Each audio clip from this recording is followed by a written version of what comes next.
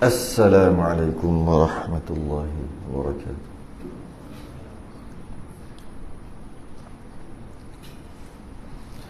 Innal hamdalillah nahmaduhu wa nasta'inuhu wa nastahdihi wa nastaghfiruh. Wa na'udzu billahi min shururi anfusina wa min sayyiati a'malina. Man yahdihillahu fala mudilla lahu wa man yudlil fala hadiya lahu. Asyhadu an la ilaha illallah wahdahu la syarika lahu wa asyhadu anna sayyidana Muhammadan 'abduhu wa rasuluh. Allahumma shalli wa sallim wa barik ala sayyidina Muhammadin al-fatihi lima ughliq wal khatimi lima sabaqa nasiril haqqi bil haqq wal hadi ila siratikal mustaqim. Sallallahu alaihi wa ala alihi wa ashabihi haqqa qadrihi wa miqdarihi al-azim.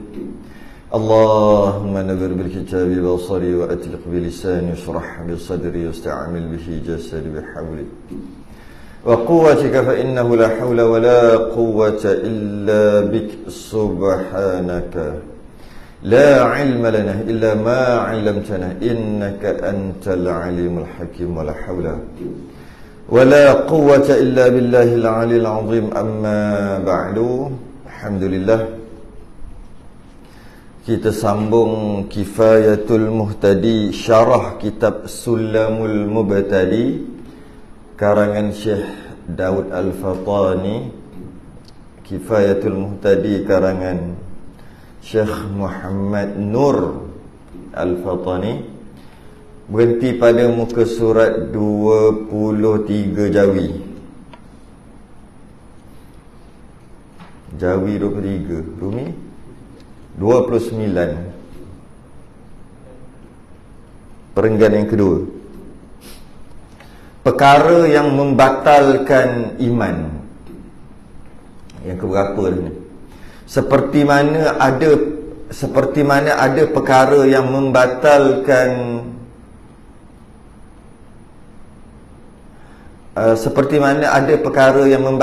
sembahyang, begitu juga ada perkara yang membatalkan iman. Jangan ingat perkara yang membatalkan sembahyang je. Perkara yang membatalkan iman pun ada. Bila melakukan perkara yang membatalkan iman, maka hilang iman. Bila tak ada iman, namanya kufur. Dia telah melakukan satu perkara yang kufur. Benda tu besar lah, bukan benda kecil, perkara yang membatalkan iman. Kalau kita tak pernah lalu pengajian perkara yang membatalkan iman, bimbang takut kita dah buat kot perkara tu. Tu yang bimbang sangat. Dan kita dah masuk yang terakhir ni, perkara yang membatalkan iman yang terakhir. Dah habis dah.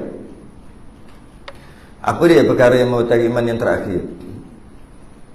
Muka surat 23 Jawi, Rumi 29. Qala al-muallif rahimahullahu ta'ala wa nafa'ana wa iyyakum bi'ulumihi fid darain amin ya rabbal alamin. Atau ia dustakan seorang pesuruh Allah, Rasul Allah. Dia dustakan. Seorang tu adalah Rasul Allah, dia kata bukan. Dia telah mendustakan pesuruh Allah. Mana-mana pesuruh Allah, mana-mana Rasul, mana-mana Nabi, dia nafikan, maka kufurlah ia, batal imannya. Bukan Nabi aja yang dia dusta, yang dia tolak. Yang kata menyebabkan kufur ni bukan Nabi saja. Sama ada ia mendustakan Rasul itu pada asal risalahnya. Dia tolak Rasul, kufur. Lebih-lebih lagi Rasul kita lah, Rasul terdahulu pun kufur. Dia tolak, dia kata Nabi Isa bukan Nabi, kufur. Bukan Rasul, kufur. Walaupun Nabi Isa bukan Nabi kita. Maksud bukan Nabi kita tu bukan diutus untuk kita, tapi Nabi kita jugalah. Nabi Musa bukan Nabi, bukan Rasul, kufur. Nabi Adam bukan Rasul, kufur. Mana-mana Nabi. Lebih-lebih lagi Nabi kita. Kalau dia tolak, lagilah kufur. Itu tolak Rasul tu. Ataupun dia mendustakan pada asal risalahnya. Risalah ni apa yang Rasul tu bawa. Dia tolak apa yang Rasul tu bawa. Dia bukan tolak Rasul aja, ataupun dia tak tolak Rasul, tapi dia tolak apa yang Rasul tu bawa. Sama juga kufur. Seperti ia nafikan risalahnya. Dia nafikan apa-apa risalah. Risalah ni kalau bahasa sekarang ajaran lah. Ajaran-ajaran Nabi kita nafikan. Apa yang dia bawa, apa sajalah, yang perkara yang wajib, perkara yang sunat, perkara yang haram, perkara-perkara yang Nabi bawa, kita nafikan risalah. Semua Nabi bawa, semua salah, semua tak betul, kufur. Atau ia mendustakan pada setengah-setengah perkataan. Dia tak tolak semua, tolak separuh-separuh. Bab ibadah terima, Rasul bawa, terima. Bab jual beli, mana boleh jual beli sekarang, mana boleh tak ada riba. Tak ada riba, tak untung. Begitu, dia tolak separuh, pun sama juga kufur. Dia ambil satu-satu bahagian je, bab ibadah, bab muamalat, ikut Nabi. Bab nikah kahwin tak ikut, sama juga kufur. Apa sahaja yang Nabi bawa, dia tak ikut, dia tolak, walaupun sikit, maka kufur. Maka murtadlah ia. Dalam apa yang Nabi bawa, yang jelasnya tentang akidah, itu pastilah. Nabi bawa, Nabi kata Allah itu Tuhan, Tuhan itu Esa, maka Allah itu Esa. Kita tolak, memang kufur lah. Allah ada 2, 3, 4 kita kata. Allah itu ada sifat qudrah, kuasa. Kita tolak, kita kata tidak, Allah kuasa, tapi ada juga yang Allah tak kuasa, maka kufur juga. Allah itu ada sifat ilmu, kita tolak, betul Allah ada sifat ilmu, Allah tahu semua, tapi ada yang Allah tak tahu. Sikit lah, tak banyak, sikit, kufur juga. Apa yang Allah tak tahu, yang dia kata kita sekarang ni tak mati lagi, dan nanti lepas kita bicara semua, kita akan masuk ke dalam syurga.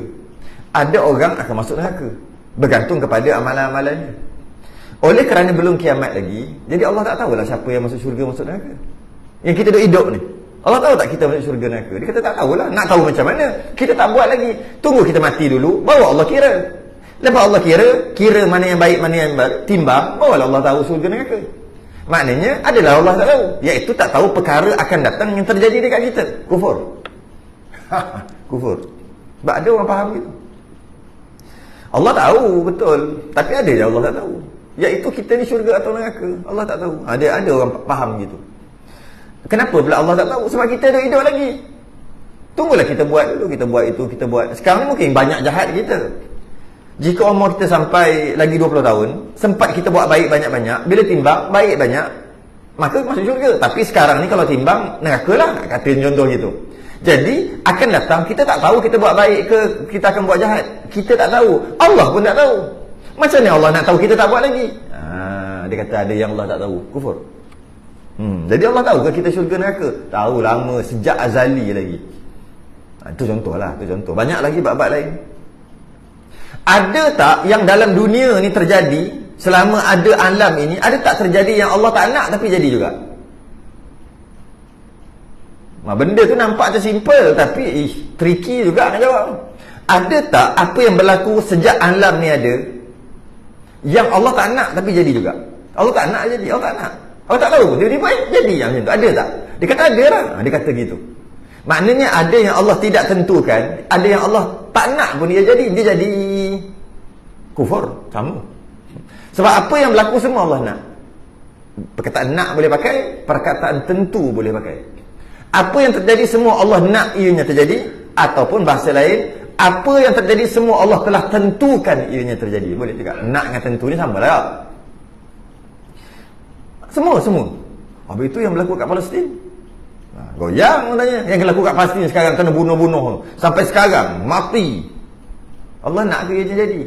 Kalau tak ngaji tauhid, goyang nak jawab. Adakah Allah nak? Kan Allah tak bagi bunuh-membunuh. Tu dia orang nak buat. Tadi kata semua apa yang berlaku sejak alam ni ada, semua Allah nak. Sampai kiamat, semua Allah nak kan? Sekarang ni kat Palestin,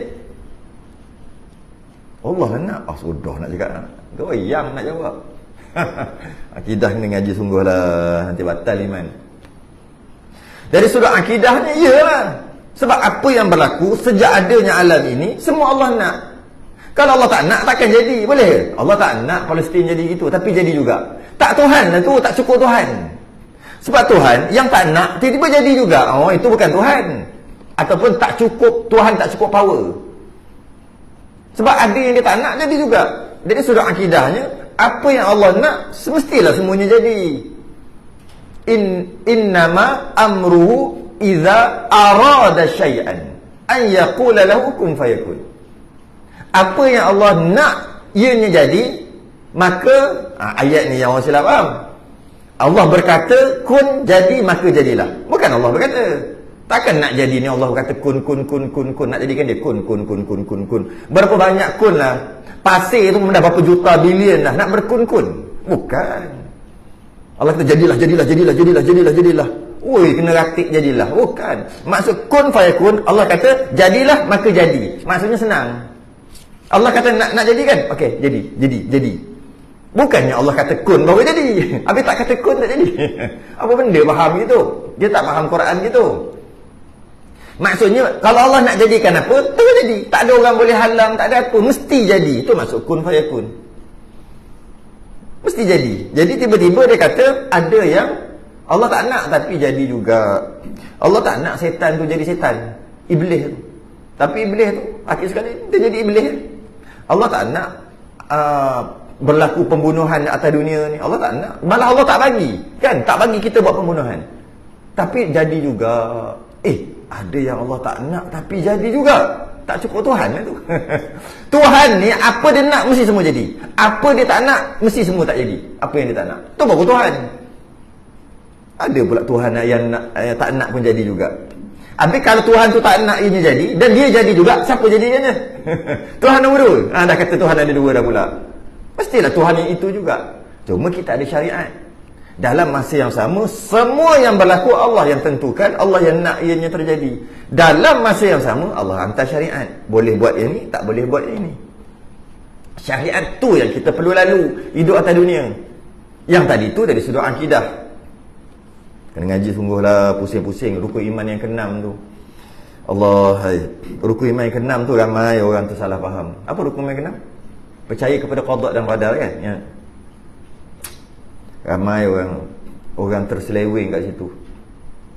Menyebabkan batal iman. Sebab rukun iman yang ke-6 dia salah faham, maka dia beriman 5 je lah. Percaya pada Allah, percaya kepada Rasul semua. Qada dan qadar dia seolah-olah tidak beriman sebab dia salah faham. Bila dia salah faham kat situ, sipir iman bukan macam sipir matematik. 6 tolak 1. Sebab 1 dia salah faham, dia tak beriman dengan 1 sebab dia salah faham. Iaitu rukun iman yang ke-6. 6 tolak 1 kosong. Sipir matematik 6 tolak 1 5. Sipir iman 6 tolak 1 kosong. Beriman pada Allah, tak beriman pada Rasul, kosong. Walaupun dia cuma tak beriman pada Rasul, pada malaikat aku beriman, pada kitab aku beriman, qada qadar semua aku beriman. Tak beriman kat Rasul je, kosong. Walaupun 1. Ini bukan matematik. Jadi bimbang. Banyakkan ngaji tauhid untuk faham dengan jalan sifat 20. Mendustakan mana-mana Rasul ataupun apa yang Rasul bawa dia kata maka kufur, batal imannya. Atau ia kurangkan martabatnya, atau dia kurangkan martabat Nabi tu. Mana-mana Nabi, lebih-lebih lagi Nabi kita lah, kita fokus kat Nabi kita lah. Tapi kalau dia kurangkan martabat Nabi lain pun sama juga, kufur. Kurangkan martabat, sebab martabat Nabi ni tinggi, maksum, siddiq, amanah, tabligh, fatanah. Tiba dia kurangkan, Nabi bodoh dia kurangkan lah. Asalkan, sedangkan Nabi ni fatanah, cerdik, dia kata Nabi bodoh. Mana-mana Nabi? Nabi Yahya tu tak apa cerdik. Tu. Tak kisahlah Nabi mana. Lebih-lebih lagi Nabi kita. Dia seperti ia tasghirkan. Dia kurangkan martabat lah, tasghirkan. Dia nipiskan, dia rendahkan, tasghirkan. Apa dia? Nama. Dia rendahkan nama. Mana-mana Nabi. Seperti dikatanya, lebih-lebih lagi Nabi kita, Muhaimidun. Nama Nabi Muhammad, tapi dia main-main. Muhaimidun, Muhaimid, Uhaimidun. Dia buat main-main gitu. Dia bukan buat main-main dekat Nabi, dia buat main kat nama je. Kufur. Main-main kat nama je. Serta, tapi bukan sekadar dia sebut aja, menghendakkan kehinaan, baru kufur. Kalau salah sebut, tak kufur. Nak sebut Muhammad tu disebut Muhammad, atau buat macam tu kan, kufur dah kau, aku tersilap, tak apa, dengan niat kehinaan, nak hina Nabi. Ahmad apa? Ahaimat. Kenapa tu? Dengan niat hina, kufur. Tapi kalau tersalah sebut, bukan niat nak hina, maka tak kufur lah. Lepas tu dia kata, serta sekali dengan main-mainkan nama Nabi, sekali dengan hinakan dia, maka kufur. Atau dimudahkan namanya. Dimudahkan pun macam direndah-rendahkan jugalah. Dia buat lebih kurang. Dimudahkan, buat lebih kurang nama aja. Cuba bayangkan orang yang buat lebih kurang dekat Nabi. Lagi teruk lah. Buat lebih kurang dekat nama pun teruk lah. Nama aja. Yakni tiada ia muliakan nama Nabi. Dia tak muliakan nama Nabi. Semua mana-mana Nabi sama dari sudut martabat. Seperti ia campakkan namanya pada suatu yang kotor. Nama Nabi itu letak tempat najis, tempat tai, air kencing, najis mughallazah, buat tempat-tempat. Dia sengaja buat dengan niat menghina. Kufur. Antara amalan sihir, dia kena buat benda-benda ni. Saya pernah interview lah seorang yang mengamal sihir. Uduhlah muka dia. Sebab dia tolak daripada muda, daripada muda dia amal sihir sampai tua. Bila tua tu macam adalah interview panjang lah cerita kenapa saya tiba-tiba masuk cerita ni. Cuma bila tengok Allah, muka dia jadi huduh. Orang yang amal sihir ni muka jadi huduh. Bila saya tanya dia, apa syarat sah sihir? Terkejut dia. Benda pula syarat sah. Faham lah maksudnya. Nak buat sihir ni dia ada syarat-syarat. Dia tu bukan boleh, aku sihir kau, ting jadi. Bukan, dia ada syarat dia. Saya gunalah perkataan-perkataan tu, syarat sah sihir. Tak buat macam ni, tidak sah sihir. Apa syarat sah dia? Maksudnya kena buat macam ni baru jadi sihir. Antaranya, nama Nabi tu dia kena letak dengan darah, macam tu. Letak dekat najis masa nak buat. Campur, ambil tulis nama Nabi Muhammad Rasulullah, betul. Ambil tai najis, kacau-kacau, ambil tu, baru buat apa-apalah. Nak buat dekat patung ke, nak cocok, ambil jarum tu, celup tu dulu. Ambil darah haid, letak nama-nama Nabi tertentu lah. Nabi Musa ke Nabi apa, letak. Lepas tu nak cocok orang ni, maksudnya nak bagi orang tu sakit, ambil jarum, cocok kat kepala. Orang kat sana, aduh, saya tak ada masa nak sakit kepala. Ada masa kena juga cocok, pening kepala. Jadi dia tengok, pergi ubat, doktor kata tak ada apa-apa, apa semua. Yang biasa kita dengar lah cerita. Nak bagi dia mata, cocok mata, rasa begitu. Tu dia kena celup dulu dengan nama-nama Nabi yang diletak najis. Kalau tidak, tak sah sihir. Maksudnya tak mujarab, tak jadi. Dia mesti buat perkara yang haram baru jadi. Dia baca Quran kok terbalik nak buat sihir. Quran dibaca tapi kok terbalik. Bukan ayat 5, lepas tu ayat 4, ayat 3 tu kok terbalik juga. Bukan, baca kok terbalik. Tak sebut tak kerti. Dia baca kok terbalik baru jadi. Ada beberapa mantra-mantra. Ni maka kufur. Sebab tu orang buat sihir ni kufur. Sebab tu hati-hati dengan sihir ni. Mencampak satu yang kotor, atau ia hinakan dengan qasad mengurangkan dan menghinakan, atau ia hinakan macam apa-apa sajalah, nama Nabi tu dia hinakan. Maka jika tiada dengan qasad demikian itu, tiada kufur dengan tersebut itu. Dia buat bukan niat menghina, tak kufur lah. Termasuk nama Nabi termasuk dalam lubang jamban, bukan sengaja, termasuk dah flash dah pun, habislah cerita nak macam mana. Bukan sengaja. Kalau dengan qasad, dengan niat nak menghina, baru kafir. Jadi bukan semata-mata ambil nama Nabi buat lebih kurang, pijak, kufur, bukan. Pijak kenapa? Mana aku perasan? Tak apalah. Ni kepala bapak kau, ni kepala bapak kau. Pijak macam tu kan. Ni Nabi, ni Nabi. Engkau benci Nabi mana?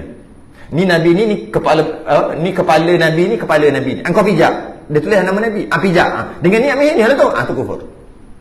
Jadi kena ada niat menghina baru kufur. Sebab nak kufur ni kafir ni, kena asyhadu balik. Jadi kena betul-betul detail lah sikit, betul perinci mana yang boleh senang je. Kita bukan mengkafirkan orang. Bukan. Kita cuma nak bagi tahu perbuatan itu jika buat kufur. Asyhadu lah balik.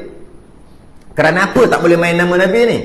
Wa rafa'na laka dhikrak. Kami tinggikan bagimu sebutan namamu. Surah apa? Duha. Bukan. Al-Masyrah. Ya. Wa rafa'na laka dhikrak. Kami muliakan nama engkau. Semua orang tu selawat orang tu sebut Nabi. Maka kami muliakan nama engkau. Dia buat lebih kurang. Dia buat dia tidak memuliakan Nabi tu, maka kufur. Dan antara perkara yang kalau tak sampai tahap kufur pun berdosa. Nak kata kufur tak berani. Iaitu bila dia memudah-mudahkan nama ni, dia letak pada lagu-lagu yang tak sesuai. Lagu-lagu yang tidak layak. Heavy metal yang guna kepala. Tiba-tiba ada sebut nama Nabi. Layak. Nabi kita Nabi Muhammad. Layak. Maka kalau tak sampai, tepat tak layak dia. Tak sampai tahap kufur. Sebab dia bukan niat nak menghina kan. Tapi haram tu ada. Kerana itu sebahagian ulama, dia memang tak suka lagu-lagu yang ada nama Nabi. Lagu-lagu yang bukan lagu-lagu macam contoh peperangan, itu tak apa. Tapi lagu-lagu yang kalau kita dengar pun tak selera, tak sedap dengar lah. Cerita tentang bukan Nabi aja, kadang-kadang keluarga Nabi tak macam lagu Sumayyah tu kan. Dia bukan Nabi, tapi lagu Sumayyah. Itu lagu tu okey, tak ada masalah. Kalau kita tengok sini kata okey. Tapi kalau lagu Aisyah tu masalah lah. Yang viral beberapa tahun lepas tu. Ada tak syok lah dengar. Seolah-olah Nabi tu dah rendah. Seolah-olah Nabi main lari-lari. Tak apa lagu tu. Macam mana cara lagu? Siapa seorang nyanyi? Nabi lari-lari. Minum di apa benda tu? Minum di bekas macam mana tak? Baca macam jatuh sikit lah. Macam dia bukan niat untuk merendahkan, tapi rasa macam martabat Nabi tu macam dah duduk bawah dah. Dah macam macam mana cakap, tak sedap dengar. Nak kata haram mana boleh, tak berani lah, sebab dia bukannya niat gitu. Cuma dia agak merendahkan, tempat tak layak. Tak layak letak Nabi macam tu. Tak layak. Dalam kita menceritakan sirah lain. Nabi begini, Nabi melayan isterinya begini. Lain, itu cerita sirah. Dalam keadaan ada kehebatan Nabi, kita sebut hebat Nabi, walaupun dia ketua keluarga, walaupun dia ketua negara, tapi dia buat kerja rumah juga, kan bunyi hebat. Ada masa-masa dia juga untuk layan isteri-isterinya walaupun ramai. Dia layan betul-betul sehingga kan semua isterinya merasakan memang sempurna, memang dia dapat. Tapi kalau kita kata Nabi dalam buat nyanyi, Nabi tidur di ribanya, saya tak ingat macam mana lagu dia. Tidur di riba ya. Itu kan lebih kurang kan. Riba isteri dia. Kan apa? Jadi kalau boleh jangan letak tempat tak layak. Tak sampai tahap haram pun, tak sampai tahap kufur pun haram. Tak sampai tahap haram pun makruh. Dia takkan pergi ke sunat. Dia takkan pergi ke sunat. Sunat buat nyanyi lagu gitu supaya kita lebih. Takkan pergi ke sunat. Paling-paling pun makruh lah kot. Tak seronok lah dengar. Daripada asalnya dia lagu Arab kan. Lepas tu terjemah jadi Melayu kan. Macam mana? Kan? Lagu apa? Orang putih. Lagu apa? Lagu rock.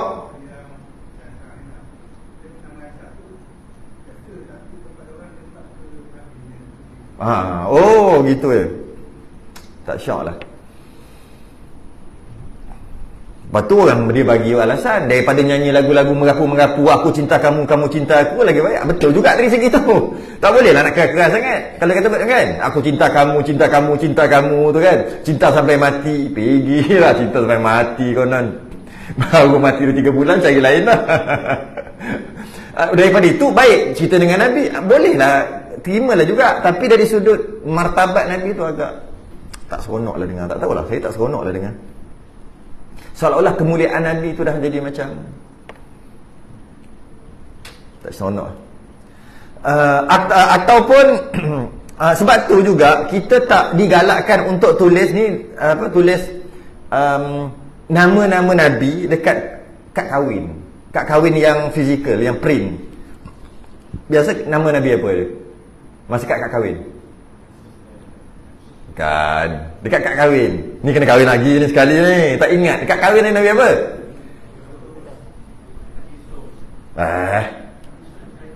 Nabi Sulaiman.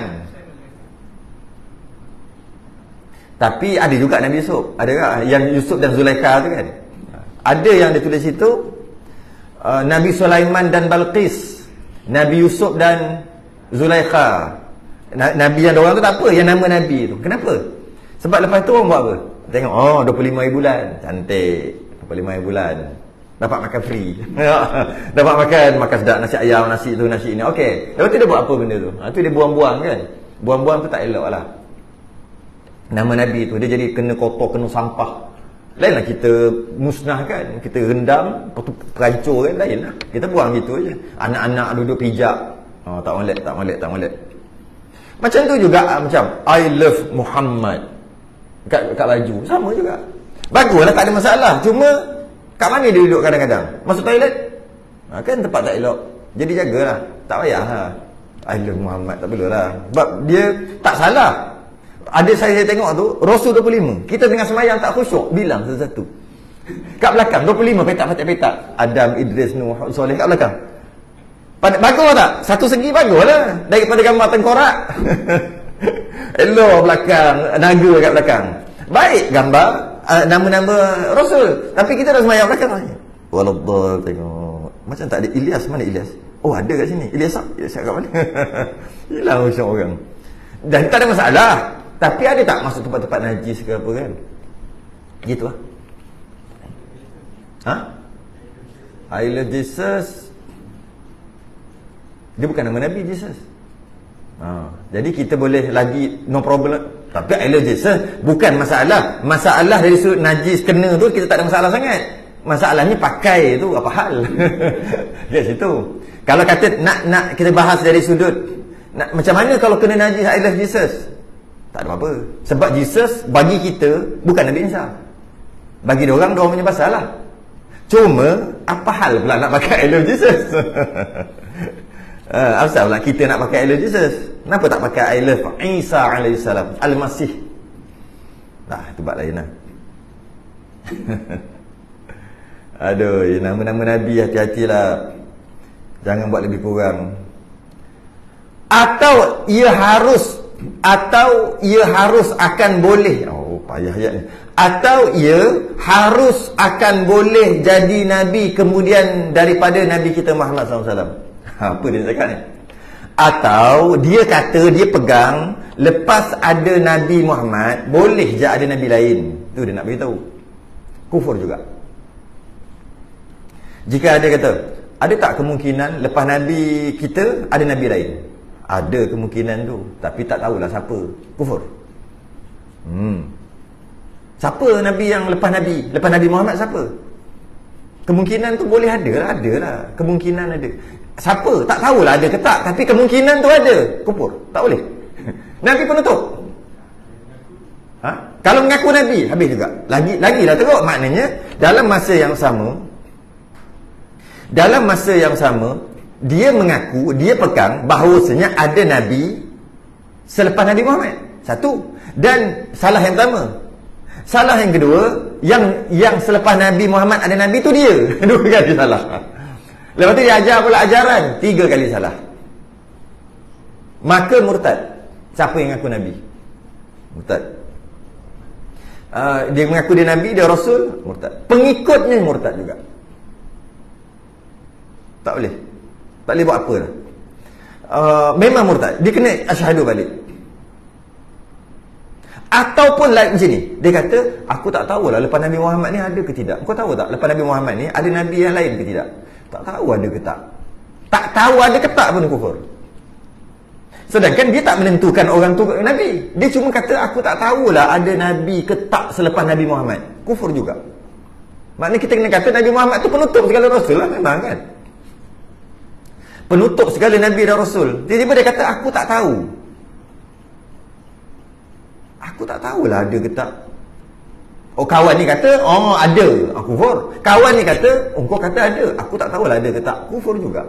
Dia kata nasib baik aku tak kata ada, cuma aku tak tahu aja. Tak tahu pun kufur. Kita kena kata Nabi kita, Nabi Muhammad SAW adalah yang terakhir penutup segala Nabi dan Rasul. Lepas tu tak ada dah. Rasul-Rasul terdahulu, pembantu dia setelah dia wafat, Rasul dulu yang ada 300 lebih tu, pembantu dia setelah dia wafat adalah Nabi-Nabi. Nabi saja, bukan Rasul. Itulah pembantu. 100 tahun, 200 tahun ada akan ada Nabi lain yang membantu dakwah Rasul yang dah wafat tu. Habis Nabi kita ulama. Nabi kita dah tak ada Nabi kita dah tak ada Nabi lain dah. Setiap 200-300 tahun Islam akan menurun sebab lama sangat. Macam mana nak kuatkan balik? Dulu Allah utuskan Nabi saja.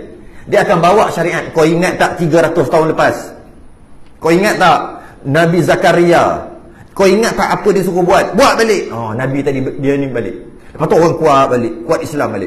Lepas tu slow 300 tahun, 200 tahun, Nabi lain pula sampai. Kita ni ingat tu. Sehinggalah Rasul lain sampai. Lepas tu Rasul lain sampai, syariat barulah pula. Lepas tu selang berapa 100 tahun ke, wafatlah Rasul tu. Selang 200-300 tahun, makin biasalah manusia. Makin lama dah mengaku dah sembah berhala dah. Nabi lain datang. Allah utuskan Nabi lain. Ingat tak ajaran Nabi Musa AS? Betul balik. Nabi Muhammad macam mana? Dia penutup segala Rasul. Bila dia habis, siapa nak ingatkan kita ni 200-300 tahun? Maka Nabi kata al-ulama warasatul anbiya. Ulama ni waris Nabi. Jadi jangan buat lebih kurang dengan waris Nabi. Waris Nabi tu. Jangan buat lebih kurang. Maka dia akan Nabi sebut setiap 100 tahun akan ada satu yang kita kalau istilahkan, kalau dulu Nabi lah, sekarang bukan Nabi lah, dah tak ada Nabi kan. Ataupun ulama. Setiap 100 tahun ada satu ulama. Dia akan memperingatkan sehingga kiamat. Biarlah akan memperingatkan. Ingat balik perjanjian kita dengan Nabi kita. Sehinggalah dah 1400 tahun. Jadi memang tak ada Nabi. Jika dia kata aku tak tahu pun tak ada. Tak ada. Ada orang mengaku Nabi, ada. Dia mengaku Rasul Melayu. Lepas tepi dia dah letak jawatan.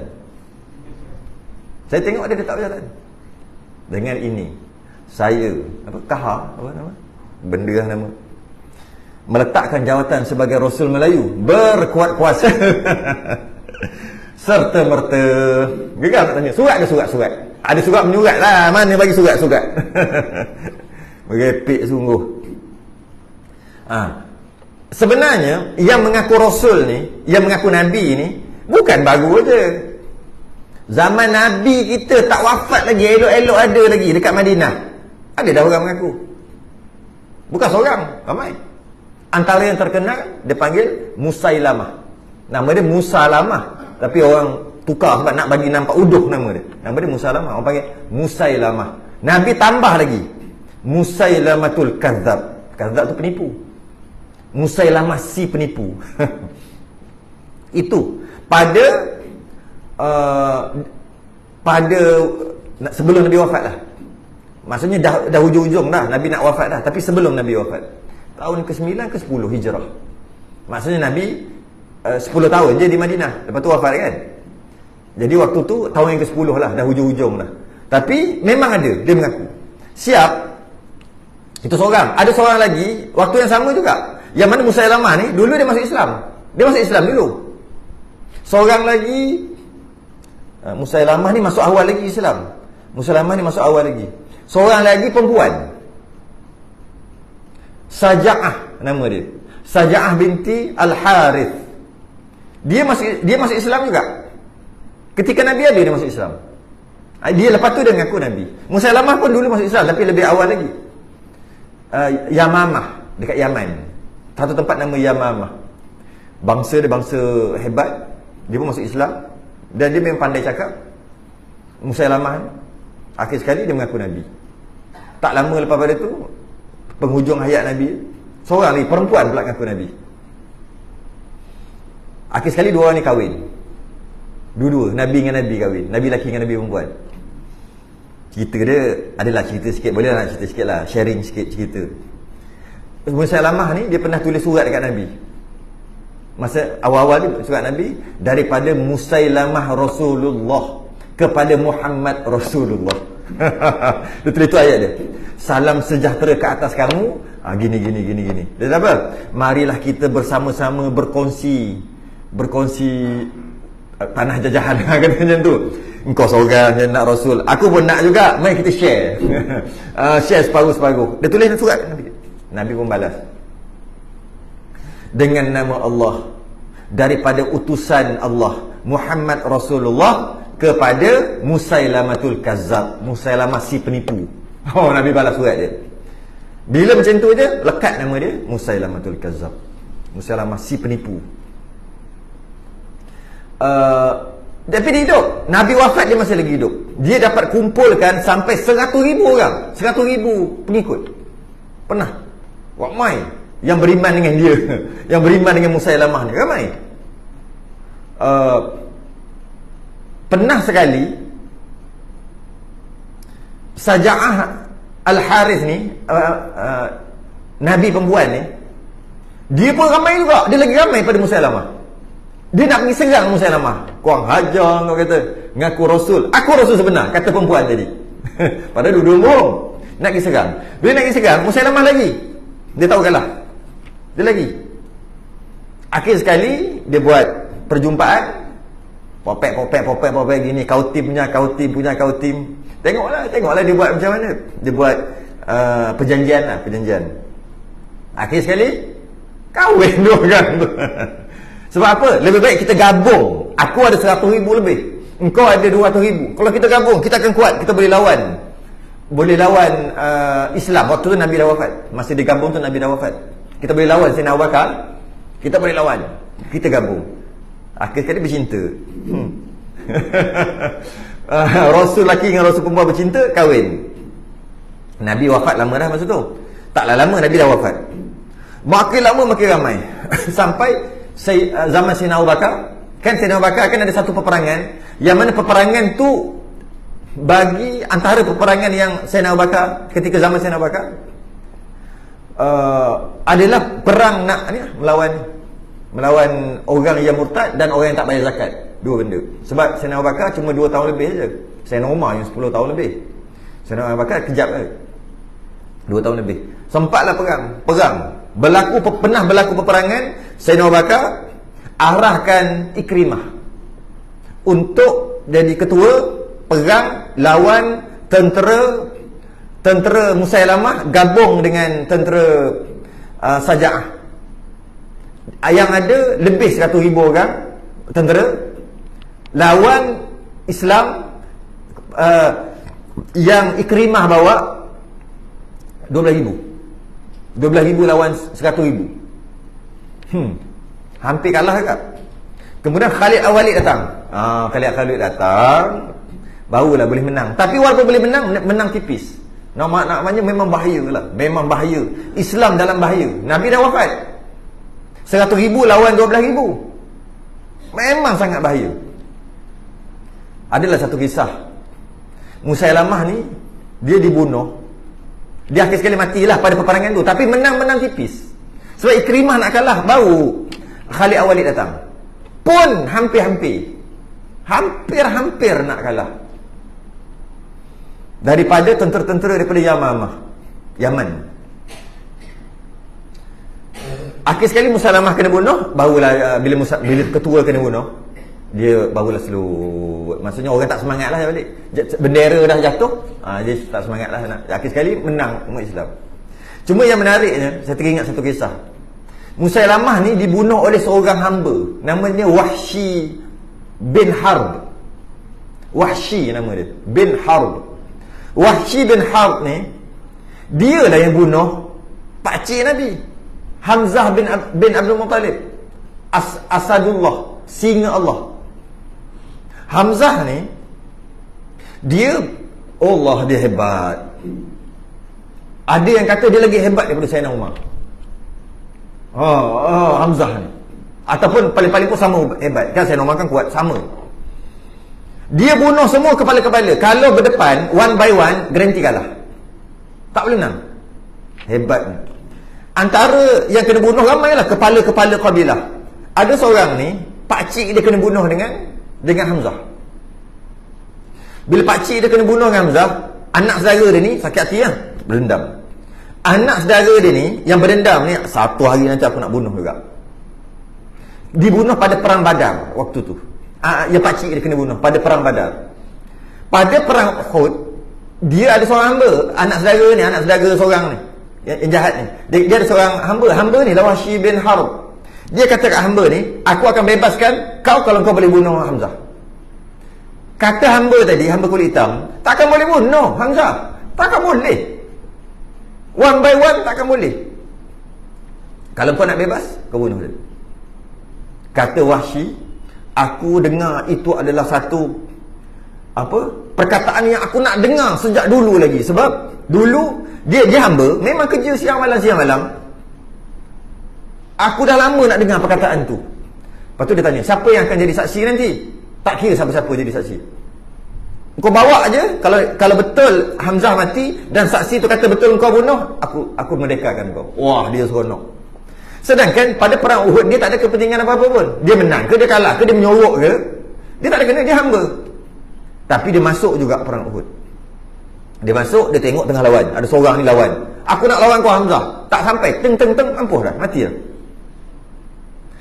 Tapi Wahsy Al-Harb ni, dia punya hebat. Hebat dia perejam tombak yang memang tepat. Dia tombak dia baling, tapi tak boleh jauh lah. Kalau panah boleh jauh kan, tombak tak boleh jauh sangat.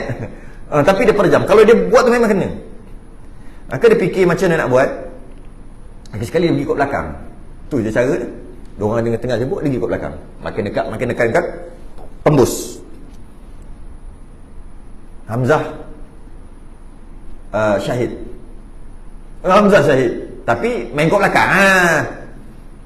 Apa benda kat belakang, tak gentle lah. Habis ada kata, aku tak fikir lain. Wahsy cerita, aku tak fikir lain selain daripada aku fikir aku nak merdeka. Tak larat dah aku kerja dengan dia. Bukan kerja okey juga dapat gaji. Hamba mana ada gaji. Sekali ada orang lain yang tengok, jadi saksi. Datang seorang perempuan gila ni. Dia potong hidung, dia potong telinga. Nabi menangis tengok. Aku tak kenal ni Hamzah. Nabi cek kat badan dia, akhir sekali ada tanda-tanda yang Nabi kenal daripada tanda-tanda di badan Hamzah. Nabi menangis. Nabi kata dia ni, aku nampak dia tengah ada sayap dekat syurga. Cerita Nabi cerita, aku nampak tangan semua kena potong, telinga. Lepas tu ambil hati, makan. Siapa nama dia? Hindun. Dia potong, dia ambil hati, dia makan hati tu. Ni yang bunuh kita punya adalah yang saudara-saudara dia. Ni dia makan hati. Gila, perempuan gila punya. Gila. Habis cerita tu. Kemudian bila lama selepas tu dia bebas lah, lega kan. Saya nak cerita Musailamah ni jauh kona. Sabar dulu dengar cerita ni. Cerita seronok, tak apa. Cerita 3 jam pun tak apa. Kalau mengaji tak payah lama, 40 minit sakit lengah dah. Lepas tu Islam makin kuat. Itu perang Uhud, Islam makin kuat. Kemudian dengan cerita Nabi akan Fathul Mekah, akan buka datang serang Mekah. Dan bila Nabi serang Mekah memang berjaya. Sebab kerajaan di Madinah semakin kuat lah, kerajaan Nabi semakin kuat, akan Fathul Mekah. Wahsy ni tak sedap duduk lah. Tak ada apa dah. Habis laku. Kemudian Nabi pun buka Mekah. Dia panggil Fathul Mekah kan, pecahkan berhala semua. Akhir sekali ada orang beritahu dia, Wahsy, kau pergi jumpa Nabi lah, serah diri lah. Kau nak lagi mana? Pergi serah diri lah. Tapi aku dengar cerita, kata kawan dia, orang yang masuk Islam semua dosa dia diampunkan. Kau masuk Islam. Dia pun kaji ni, okey lah. Nak lagi ke mana? Akhir sekali dia pergi jumpa Nabi. Dia kata, aku dengar Islam jika masuk semua diampunkan. Nabi tak tu tengok dia, Nabi duduk bawah, tak tengok dia, tengok bawah je. Ya. walaupun dia buat dosa-dosa, walaupun dia buat dosa, tapi aku pernah dengar kau kata jika seorang itu syirik begini tak diampunkan. Nabi pun jawab, la taqnatu min rahmatillah. Macam lah Nabi jawab, jangan putus asa dengan rahmat Allah begitu gini. Kalau syirik pun jika bertaubat Allah terima taubat. Dia pun kalau macam tu okeylah. Aku nak masuklah sebab aku buat dosa banyak. Jangan putus asa dengan rahmat Allah, kata Nabi. Nabi tak tengok lagi. Bila dia asyhadu an la ilaha illallah wa asyhadu annaka rasulullah, Nabi angkat kepala. Hui, macam kenal. Nabi luruh hati Nabi. Macam inilah yang bunuh pakcik aku dulu, yang paling aku sayang, yang pakcik aku ni singa Allah, dengan sebab dia banyak kabilah-kabilah yang takut. Bila Nabi tengok dia, ada satu riwayat lah, Nabi kata, insya-Allah Allah terima iman kamu semua, cuma kalau boleh kau janganlah lalu depan aku. Satu orang yang Nabi tak mau tengok, tapi Nabi terima. Nabi cakap elok, tak jekah apa tak ada. Kalau boleh lain kali lepas pada ni kau jangan lalu depan aku. Teringat dekat Sayyidina Hamzah. Nabi teringat. Tak boleh. Luruh luruh hati, pecah hati. Padahal dah beriman tu dulu. Nabi tahu, tapi tak boleh tengok juga. Bila tengok ingat Hamzah, tengok muka dia semua kena potong, kena terburai perut, hati hilang, kena makan. Sebab dia akhir sekali, setiap kali ramai jumpa Nabi, dia akan duduk belakang Nabi. Dia tak nak bagi Nabi tengok.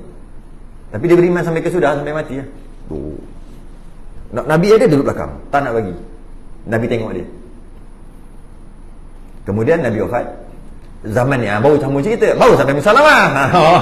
Baru sampai Musalamah cerita ni. Sampailah waktu zaman Sayyidina Abu Bakar, dia masih hidup lagi, masih kuat lagi lah, masih hidup lagi.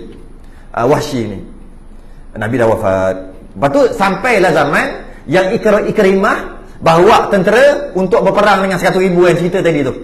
Siapa? Musailamah dengan Saja'ah berkahwin dan nak serang. 12,000 lawan 100,000, yang hampir kalah tadi. Sekali kata Wahsy, aku sampai kesudah Nabi tak nak tengok aku. Aku nak buat satu dalam agama yang diingati, yang mudah-mudahan aku puas hati. Kalau Nabi rasa pun Nabi kata okeylah. Kira okeylah. Kalau Nabi ada lagi, Nabi kata okeylah. Macam tu aku nak tengok kau balik. Maksudnya satu jasa yang besar aku nak buat. Apa dia? Bunuh Musailamah. Tapi nak bunuh bukan susah, bukan senang, banyak. Ada apa? Dead zone dia panggil. Saya tak ingatlah cerita, kena baca baliklah sejarah. Dia panggil dead zone. Masuk situ mesti mati. Sebab Musailamah kan ketua, banyaklah dia punya pendekar-pendekar je. Wahsy masuk lawan sampai dekat. Sekali dia bunuh, sebiji macam dia bunuh Hamzah tu, dia bunuh balik. Mati Musailamah, maka waktu tu semua pejuang Islam naik semangat lah. Musailamah dah mati. Habis tu pengikut Musailamah jadi slow. Nabi kita mati. Nabi pun mati, kena bunuh lah.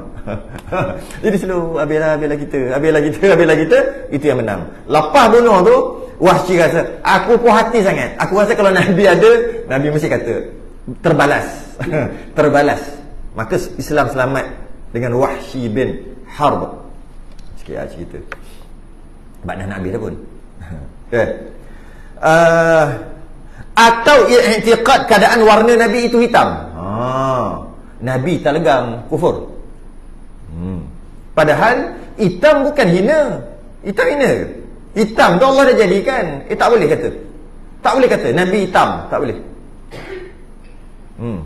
Tak boleh kata Nabi itu hitam. Bukan itu aja.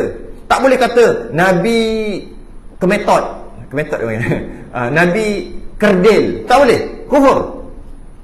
Nabi legam, Nabi boroi, tak boleh. Nabi sepet. Benda tu bukan menghina, tapi tak boleh kata Nabi tinggi melayut, tinggi galak. Tak boleh. Nabi hidung kembang, tak boleh. Nabi telinga capang, tak boleh. Nabi bibir tebal, tak boleh. Nabi muka uduh lagi, tak boleh. Tak boleh, kufur. Kerana apa? wa kullam faddalna 'alal 'alamin. Kami lebihkan kamu wahai Muhammad atas umat-umat. Lebih apa kalau gitu? Tak boleh kata lebih kurang. Atau bukan Quraisy. Nabi bukan Quraisy. Nabi yang tadi Nabi Melayu. Tak boleh kufur. Nabi yang terakhir Nabi kita adalah Quraisy. Nabi bukan Quraisy. Nabi kita lah Nabi Muhammad, Bani Israel. Tak boleh. Walaupun Bani Israel ada je Nabi-Nabi yang lain. Tak boleh. Kena kata Nabi kita daripada Quraisy. Atau lainnya yang umpama ataupun apa-apa yang lain-lain lah. Maknanya dia telah merendahkan Nabi, sedangkan Nabi mempunyai sifat-sifat kesempurnaan nisbah seorang manusia. Siapa yang beriktikad Nabi tak sempurna, walaupun bukan perkara yang salah, contohnya italegam, tak salah pun. Sahabat Nabi ramai italegam. Sa'ad bin Abi Waqqas, Bilal dengan Sa'ad, kalau duduk dekat-dekat, Bilal nampak terang. Padahal Bilal kita tahu orang kulit hitam. Ada ramai yang kulit hitam. Maknanya dia bukan satu perkara menghina, malah syurga, dijamin syurga. Tapi tak boleh kata Nabi hitam juga. Nabi telegam, tak boleh. Nabi bukan Quraisy, Nabi bangsa lain, tak boleh. Kufur. Tak boleh tu kufur. Seperti yang tak wajib sembahyang 5 waktu, kufur. Itu je beza dia. Kalau kata tak sembahyang kufur, bersepah orang kufur. Tak sembahyang, berjuta orang tak sembahyang. Dekat Malaysia ni, orang umat Islam berapa persen je yang sembahyang? Tak sampai 50% yang sembahyang. Dan yang sembahyang tak sampai 50% tu bukannya sembahyang betul semua. Bagi pula, ni sembahyang ikut aja, ni sembahyang ikut dan, ini janji sembahyang, ini tak tahu rukun syarat semua tak tahu. Bagi lagi. Jadi kalau yang tak sembahyang tu kufur, ramainya kafir. Tidak sembahyang berdosa. Habis tu yang kata kufur tadi tu apa? Kata sembahyang tak wajib. Tu kufur. Berzina, Islam, beriman, tapi berdosa. Kata berzina tu halal, boleh, itu yang kufur. Berjudi, berdosa. Kata judi tu halal, boleh buat, tu yang kufur. Itulah. Dia meringankan apa yang disuruh. Tak payah merepek aja, dia meringankan. Atau barang yang ditegah. Maksudnya ini tak boleh, ni tak boleh. Boleh je minum arak, asal pula tak boleh. Minum kat rumah lah, jangan tunjuk kat orang. Boleh lah. Dia telah menghalalkan benda haram, maka kufur. Minum arak, kekal Islam, masih beriman. Siapa suruh kata arak tu halal, itu yang kufur. Tu beza dia. Yang tegak. Atau meringankan perjanjian Allah Ta'ala dengan kebajikan. Syurga, Allah bagi syurga. Berapa kali dah bagi syurga? Percaya sangat syurga. Jangan buat nanti dosa, jangan buat benda baik nanti dapat pahala. Mana pahala? Pahala boleh bagi makan? Ada bahaya ayat tu. Pahala boleh majukan negara? Bahaya ayat tu. Pahala boleh tu, longkang sombat tu, pahala boleh. Jangan buat main gurau gitu, Sebab dia kata apa? Meringankan perjanjian Allah Ta'ala dengan kebajikan. Allah janji kebajikan lah. Bila sebut kebajikan, pahala dan syurga, tu kebajikan. Itu ini dapat membasmi kemiskinan, pahala. Dapat basmi kemiskinan. Jangan cakap gitu, Jangan. Macam tu juga.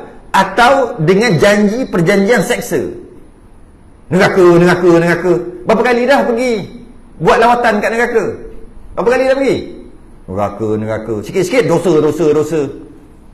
Dosa pun, dosa tu yang bagi makan, yang kau boleh makan. Contohlah kan, dia marah bini dia ke anak dia ke, isteri dia kata jangan berjudi ke apa kan. Berdosa. Dosa tu yang besarkan anak ni. Jangan main-main. Jangan meringankan. Patutnya aku tahulah dosa, nanti aku berhentilah. Macam tu je. Tapi tak apalah. Tak apa dengan maksud tidak kufur. Dosa tu tak dosa. Jadi jangan meringankan. Mengaku ianya adalah arahan ataupun tegahan Allah. Lepas tu jangan buat. Ataupun kalau yang suruhan, buat.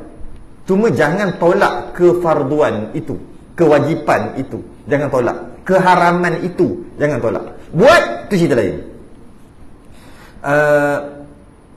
Atau lain-lain. Maka yang demikian, ataupun dia buat lain-lain, yang ada orang buat cerita tu lah. Kalau tahu tak, ini syurga. Ni dia buat main-main, ini syurga. Ini titian Siratal mustaqim. Ramai orang masuk neraka. Bila masuk titian sirat, kadang-kadang dia halus daripada rambut, macam halus pedang. Kadang-kadang lalu tu macam kilat. Bergantung kepada amalan orang tu. Jika dia orang kafir, tak sempat langkah lagi jatuh dah. Jika dia orang Islam tapi dia banyak buat dosa, langkah menggigil, jatuh tu adalah neraka. Ada 7 masuk, jatuh satu. Tak habis-habis ni bila? Paling bawah sekali jahim, paling atas sekali jahannam, neraka. Tengah-tengah tu macam-macam lah, hutamah lah, macam-macam ada. Sa'ir lah, macam-macam neraka ada. Jadi bila ada orang dia cuba lari, ada yang lepas, ada yang jatuh juga walaupun lari. Okey, jatuh ke neraka untuk pergi ke syurga, pakat-pakat nak pergi syurga. Jadi kalau kau nak buat jahat, ni yang tak boleh ni. Kalau kau nak buat jahat, jangan buat jahat sikit-sikit, buat jahat sungguh-sungguh. Dia meringan-ringankan. Bila buat jahat sungguh, jahat sungguh, malaikat akan marah. Ketika nak lalu titian sirat, kau jangan lalu, duduk je kat tepi tu. Malaikat halau, jangan pergi. Malaikat marah, dia sepak. Marah hanya dekat engkau sebab engkau buat dosa banyak sangat. Dia sepak kuat, tung, masuk syurga terus. Jangan buat gurau gitu. Ada orang buat cerita gitu. Cerita tu pula viral gitu. Dia buat gurau gitu. Jangan buat gurau gitu. Dia meringan-ringankan janjian Allah. Jangan. Maka kalau tak kufur pun dosa besar. Dia gitu je. Dia tak ada harus ke sunat, tak ada. Sama ada kufur, kalau tidak dosa besar. Maka yang demikian itu, orang yang i'tiqad akan salah satu daripada yang tersebut, kita sebut banyak-banyak macam-macam tu daripada hari tu lagi, kafir murtad. Tu kafir murtad terus. Berapa banyak yang kita bahas, berapa puluh lah daripada hari tu lagi, daripada bulan lepas lagi. Berapa puluh tak ada, banyak. Semua yang buat macam ni kafir murtad. Jangan main-main. Dipesan dalam Quran dah. وَذَرِ الَّذِينَ اتَّخَذُوا دِينَهُمْ لَعِبًا وَلَهْوًا وَغَرَّتْهُمُ الْحَيَاةُ الدُّنْيَا. Dan tinggalkanlah orang-orang, jangan berkawan dengan orang-orang yang menjadikan agama mereka sebagai main-main senda gurau. Dan mereka sebenarnya telah ditipu oleh kehidupan dunia. Jangan tinggal orang main gurau-gurau, buat lebih kurang dengan agama ni, jangan kawan ni. Jangan. Ada orang budak-budak bulan lepas, budak perempuan, dia dalam TikTok, dia menari, dia sembahyang menari tu. Jangan, hati-hati. Kan dia sembahyang kan? Allahu Akbar, betul dia buat gini, gana macam mana tak? Saya tak tahu. Dia buat sembahyang, lepas tu sujud, dia buat gitu, buat gini. Perempuan, pakai tudung. Hati-hati, jangan buat ringan-ringan. Kalau tak jadi kufur pun, dosa besar tu dah pasti. Bimbang takut, dia meringan-ringankan kufur tanpa sedar. Siapa tu? Budak-budak belasan tahun.